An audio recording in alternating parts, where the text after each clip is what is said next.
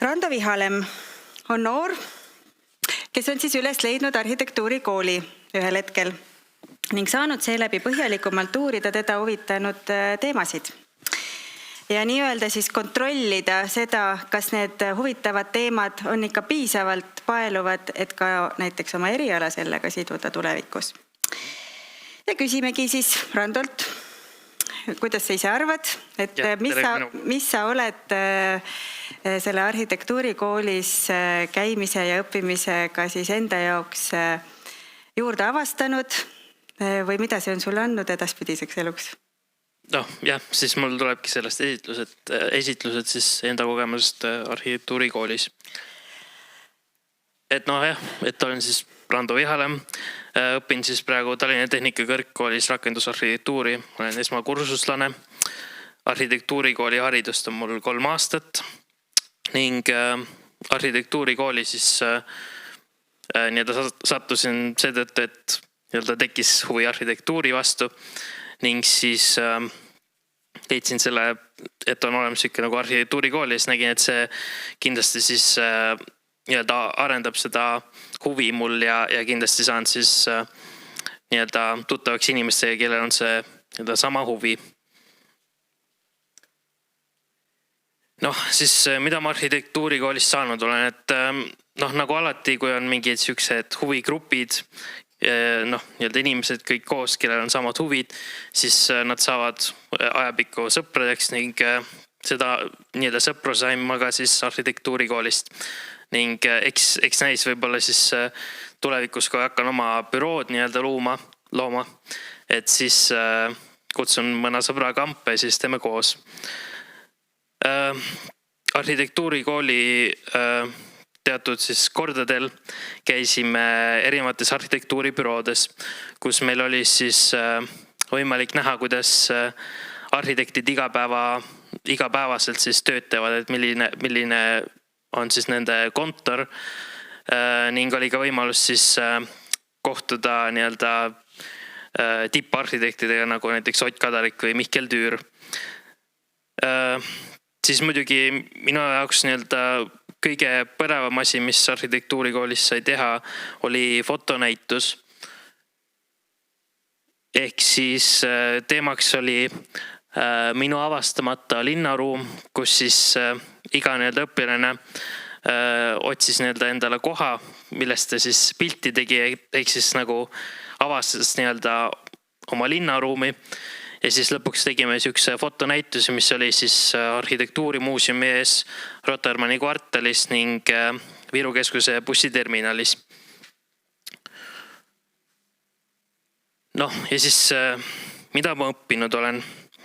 Et enne ma ikkagi arvasin, et arhitektuur on et majade projekteerimine, et see on kõik, aga aina rohkem olen aru saanud, et arhitektuur on nii suur valdkond, et juba algatuseks on ju see sisearhitektuur, maastikuarhitektuur, see välis- või hoonearhitektuur, linnaplaneerimine, siis sinna sisse juba, sellega on kõik seotud see psühholoogia, värviõpetus, tehniline, mingi mehaanika, matemaatika, kõik need, et see on väga suur valdkond, et meil koolis just oli siuke hea näide, kus et insener teab ühest konkreetsest asjast aga arhitekt peab teadma kõikidest asjadest midagi.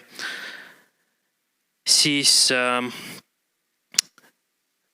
arhitektuurikoolis siis gruppidena tegime erinevaid siis makette ning kui maketi valmistame, siis pidime muidugi seda esitlema ja meil oli siis ka kindel ajapiir ning siis mõte oligi see, et me pidime oma töö konkreetselt ja täpselt siis kiire ajaga ära selgitama ja selles mõttes maha müüma. Ehk siis sai seda eneseväljendust arendada. Ning oligi, et me võtsime erinevaid teemasid, mingi valgusteemad ja näiteks liikumisteemad ja siis sain aru, et ütleme, et kui sul on hoone ja sa tahad selle hoone kõrgust näidata, siis sa ei pea kogu selle hoone maketti tegema, vaid sa võid näiteks lihtsalt võtta selle hoone nii-öelda kõrgused pulgad on ju, teha mingi seina nendest nii-öelda makett ja siis panna see makett nii-öelda oma silma kõrgusele ja vaadata, kuidas selle hoone nii-öelda kõrgus siis nagu mõjub, et noh, iga konkreetse asjale saab nagu oma maketi teha. See on siis minu esimene makett, mis ma tegin, et see on siis Rotermanni kvartal, et me nii-öelda paari teise sõbraga nägime, et seal Rotermanni kvartalis on kuidagi nagu ikkagi nagu kõle või ei ole midagi teha ja siis panime erinevad funktsioonid siis hoonete katustele, et seal on siuke kinokoht ja siis on siuke park ja tenniseväljak ka.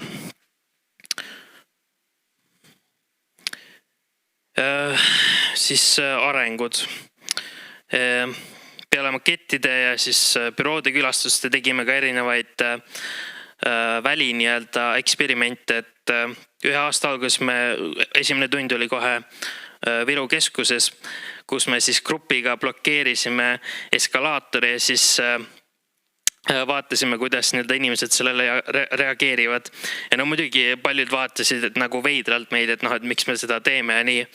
Aga mida rohkem me neid eksperimente tegime, et siis seda rohkem jäi mul siuke nagu nii-öelda eelarvamus või nagu mõte, et las need inimesed vaatavad, et eksperimendi mõte ongi see, et teha midagi teistsugust.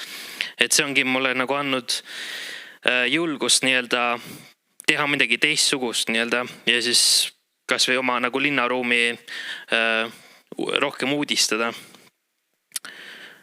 Ja noh, nüüd ma muidugi vaatan ruumi ka teise pilguga, et noh, kas või täiesti lihtsalt, et kui on kõrge ruum ja lai, et siis ma juba saan aru, et see on siuke avar ja ta tekitab siukse võimsa tunde või siis kui on kitsas ja madal ruum, siis see on siuke hubane.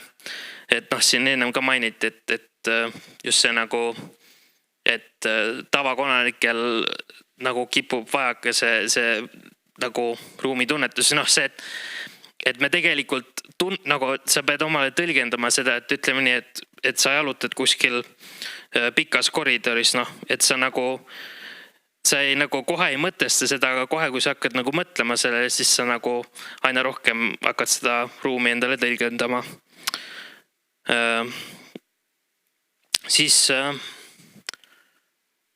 jah, siin on minu arust nagu väga huvitav kuusk, mis meil tuli talvel, et olid nii-öelda kuuseehted tehtud, aga siis me tegime kuuse nendest kuuseehtetest. Ehk siis põhimõtteliselt õhust tegime kuuse. Ehk siis see põhimõtteliselt näitab, et õhust on ka täiesti võimalik midagi teha. Et õhk on ka ruum tegelikult. No ja siis, et ütleme nii, et kui mul sõber mõtleb arhitektuurikooli tulla, et siis, et küsib, et miks see kasulik on. Et noh, kindlasti ta siis avardab silmaruumi või seda silmaringi tähendab. Et noh, kindlasti õpib nagu palju arhitektuurist, et mis üldse on ja kõik see, aga et noh, üldse, et arhitektuur on nagu osa igapäeva elust, et ta nii-öelda noh, avardab ka üldse meie silmaringi, siis kindlasti saab tutvuseid arhitektidega, et nagu siin Katrin Koove, Karin Nõmm ja veel palju teisi, et nii-öelda saab tuleviku tutvuseid, et noh, Ott Kadariku ka nagu nägin, et ta on siuke tore vend, et nüüd ta on mul see õppijad ka, et ta on tehnika kõrgkoolis, et kindlasti kui teda uuesti näen, et siis ütlen, et kas sa mäletad mind, et sa siis noh, jällegi juba nagu enne mainisin, et arhitektuurikool õpetab siis ruumi nagu tajuma ja lugema, et jah, et nagu oskad nagu tõlgendada seda ja paneb siis ta ka korraliku põhja alla, ütleme nii, et kui sa tahad ülikoolis minna siis arhitektuuri õppima, et siis sa juba põhimõtteliselt algselt tead, et kuidas maketti teha ja sa oskad nagu kastist välja mõelda, et ma olen suht kindel, et kui ma astusin sinna Tallinna Tehnika Kõrgkooli sisse, et siis et ma olin arhitektuurikoolis juba 3 aastat käinud, et see aitas kindlasti mind juba. ja siis siin huvitav mõte, mis minu õppejõud Ralf Tamm ütles, et koolides on olemas muusikaharidus, kuid kus on ruumiharidus. Et seda ka on juba siin enne mainitud, aga nagu mul ka nagu tekkis see mõte, et kas meil on see, et kas siis, et arhitektuur oleks nagu raske või noh, et jääb siuke mulje, et inimesed arvavad, et see on raske, aga tegelikult see on täpselt samamoodi nagu iga päev meie eluga seotud. Noh, samuti on nagu muusika, et ma näen nagu, et seda tuleks arendada. Noh, see Ralf Tamm tõi ka veel selle juurde see, et kui on, ütleme, mingi krunt, mingi projekt, see on avalikult nii-öelda väljapanekul ja siis inimesed saavad kommenteerida, siis tavaliselt kommenteeritakse, et mulle ei meeldi see värv või selle hoone mingi suurus või nii, aga tavaliselt ei nähta nagu seda lõplikku pilti ja seetõttu siis võivadki mingi väga lahedad projektid tegelikult nagu tegemata jääda. Tänan kuulamast.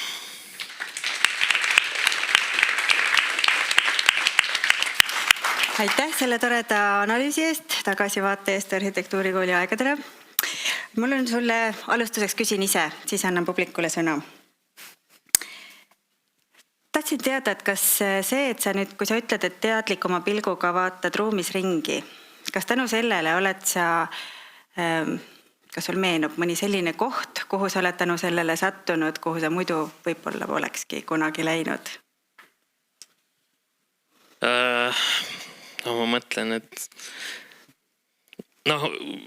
võib-olla see, et ruumiga, et tegelikult fotonäituse, ma arvan, et see koht, kus ma selle fotonäituse, nii-öelda selle oma fotokollaaži tegin, et see Suhkrumägi või mis seal nii-öelda Lasnamäel on, et ma ennem nagu kaardi pealt vaatasin, et see on lihtsalt siuke tüherma, aga kui sinna kohale läksin, siis oli täiesti nagu sürrealism, siuke nagu, kui keegi on seda filmi näinud, see Stalker, et siis oli siuke sama tunne, et olid siuksed mingid vanad, mingid betoon, siuksed kolakad ja siuke nagu täiesti siuke teistsugune maailm, et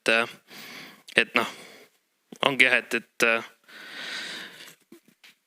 nagu tuleb nagu minna, isegi kui vaatad kaardi pealt, et tundub nagu igav koht, aga tegelikult kui sa kohale lähed, siis sa saad täiesti teise nagu vaate sellest kohast. Kas sa võid ka seda öelda, et kas sa panid tähele, millal toimus see muutus sinu ümbritseva märkamise suhtes, et kui palju sa pidid selleks juba selle teema sees urgitsema, kas see käis kiiresti või oli see mitme aasta pärast? Ma arvan, et see oli juba esimesel nagu aastal, kui ma siin arhitektuurikoolis olin, et see põhimõtteliselt see nagu kastist välja mõtleme tuligi sellest, et kui meil oli nagu tunnis mingi töö, nagu mingit maketti või asja pidime hakkama tegema, siis meil need õpetajad nii-öelda juhendasid ja ütlesid, et tegelikult saab üldse teistmoodi. Ja see nagu aina siis läks suureks nagu lumepall, et siis nagu et nüüd oskangi nagu märgata üldse teistmoodi ja vaadata üldse teise nurga alt asju. Aga põnev, anname sõna publikule. Kas on küsimusi publikul? Et see on nagu laiem teema tegelikult õpilastele, et ma nagu tajun neist loengutest, ma küsiks teilt kõigilt, kes te olete õppinud, et te olete palju õppinud ruumi tundma ja ruumi mõistma ja seda on väga väga tunda neist ettekannetest. Aga kas teil tekkis ettekujutus nii-öelda ruumi loomisest? Kuidas ma ise teen parema ruumi? Näiteks, et kas ma suudan oma koolimaja parema plaani või lõike joonistada ja millest see ruum välja kasvab. Midagi taolist. Et just see, et kas teil tekkisid selle õppimise käigus nagu siuksed ruumiloome alged? Ma näen, et tüdrukud tahavad ise vastata. Kuna meil oli 10. klassis siis arhitektuurikursus, siis 11. oli meil disainikursus ja meie siis aasta ülesandeks, või tähendab, see oli pool aasta, selle kursuse ülesandeks siis tegelikult oligi lahendada üks probleem, mis meie leidsime, et on koolis ruumis või siis selle toimimises olemas. Ja üks rühm näiteks, ma võin ühe näite tuua, mõtleski selle peale, et kui meie olime, see tiim oli ka olnud juba 9 aastat samas koolis, aga nad mõtlesid, et need inimesed, kes tulevad nüüd esimest aastat sinna kooli, kuidas nad leiavad need klassiruumid ülesse. Kuna meie need märgistused olid ka kuidagi ära kulunud ja ei olnud kuidagi aru saada, kuidas liigelda selles koolis, et sa jõuaksid õigesse kohta, siis mõeldi sellised vahvad lahendused, näiteks värvilised ukseavad või siis suured uksenumbrid. Ja meie tiim näiteks tegi prügipöörde, aga see oli üldse nii oluline. Et läbi disainitunni me saime siis neid rakendada, neid juba siis arhitektuuri kursuselt õpitud asju. Jah.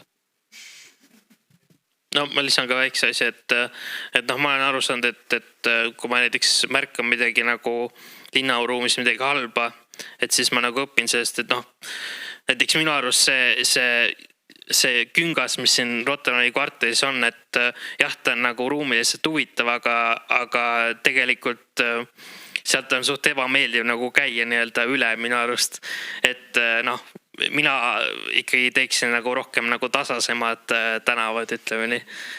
Et selles mõttes, et kui ma märkan midagi, mis mulle ei meeldi, et siis ma nagu, et mõtlen, et kuidas ma teeksin teistmoodi. Ja nüüd sa tead ka neid arhitekte, nii et mina räägin end. Sa võid otse küsida neil, aga minul tekitab praegu küsimust see, et te kõik õpilased, kes te siin olete kogemust jaganud, räägite kriitilisest meelest ja sellest, kuidas te märkate asju, mis ei ole hästi.